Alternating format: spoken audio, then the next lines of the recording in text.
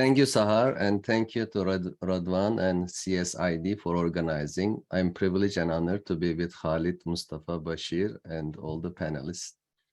So let me start with the global picture. There are 70 countries with blasphemy law today. Half of them are Muslim majority countries. And there are three main problems regarding Muslim majority societies. First of all, overwhelming majority of them, 35 out of 50, have these laws.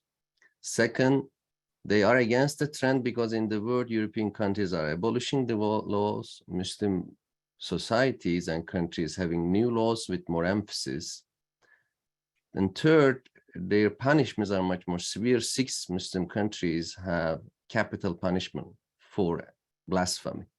Plus, they have apostasy laws. And in practice, we see, for example, in Pakistan, over 1,500 people have been charged with blasphemy.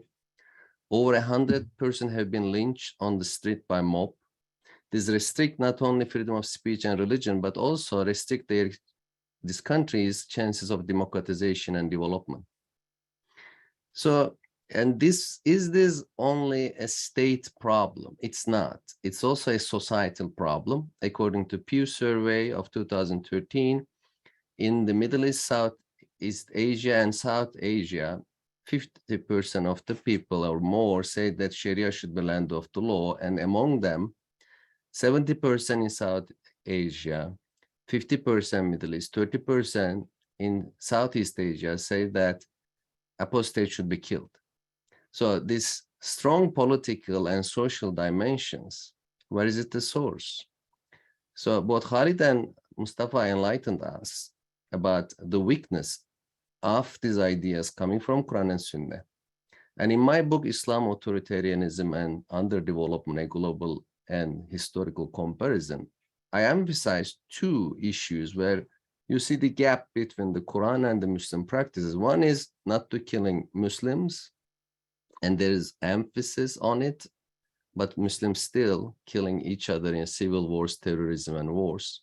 Another issue related to development is making contract written. This is the longest version, 1-page verse in the Baqarah Surah, ordering Muslims to make every contract written.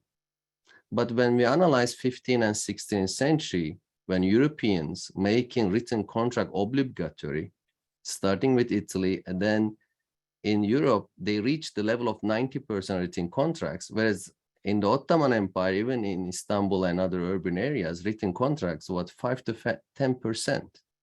So the image in the West that whatever Muslims do are Quranic is a wrong image, because on many issues we see the gap.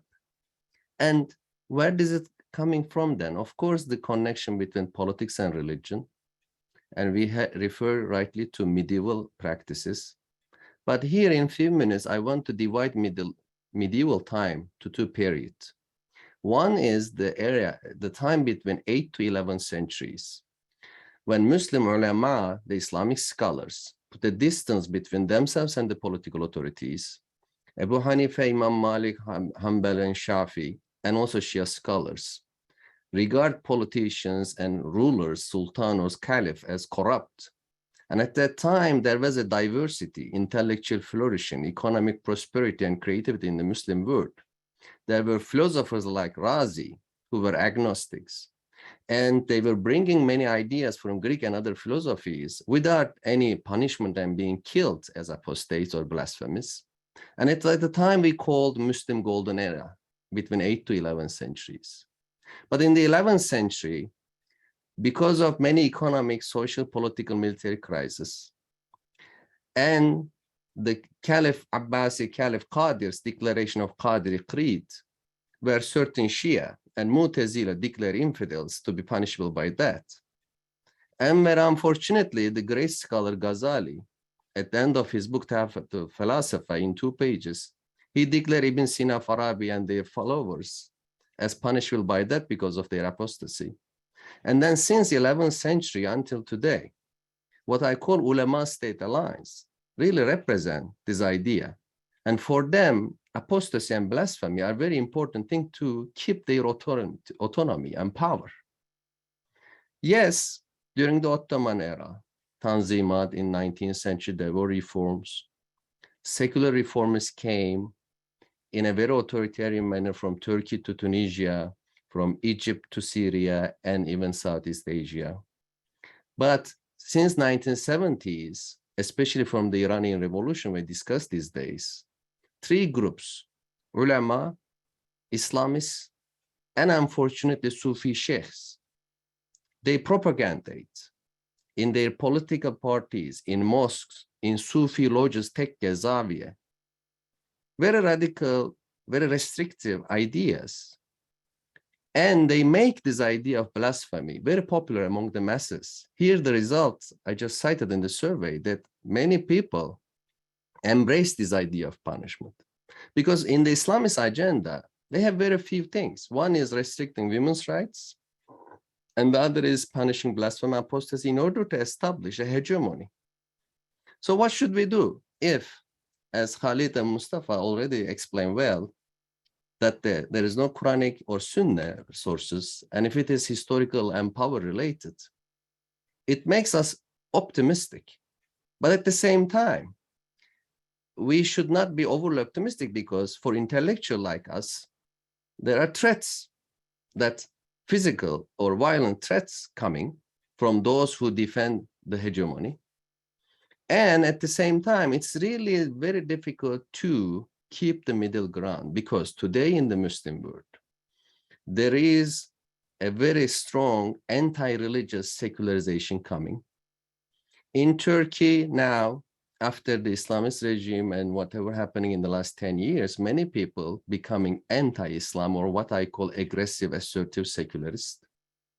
On the other side, as I say, Islamist ulama and Sufi sheikhs, they defend a very conservative Islam, and defending a moderate, tolerant, freedom-based Islam and discussing it, people like us, the secularist camp see us as naive. They say Islam is itself is an authoritarian ideology. You cannot recover, rehabilitate it. At the other side, call us kafir. They are infidel. You are apostate. And it's very difficult to hold the middle ground. And I am very much concerned about the future in Iran, in Turkey, even in some Arab countries. The secularist generation is coming.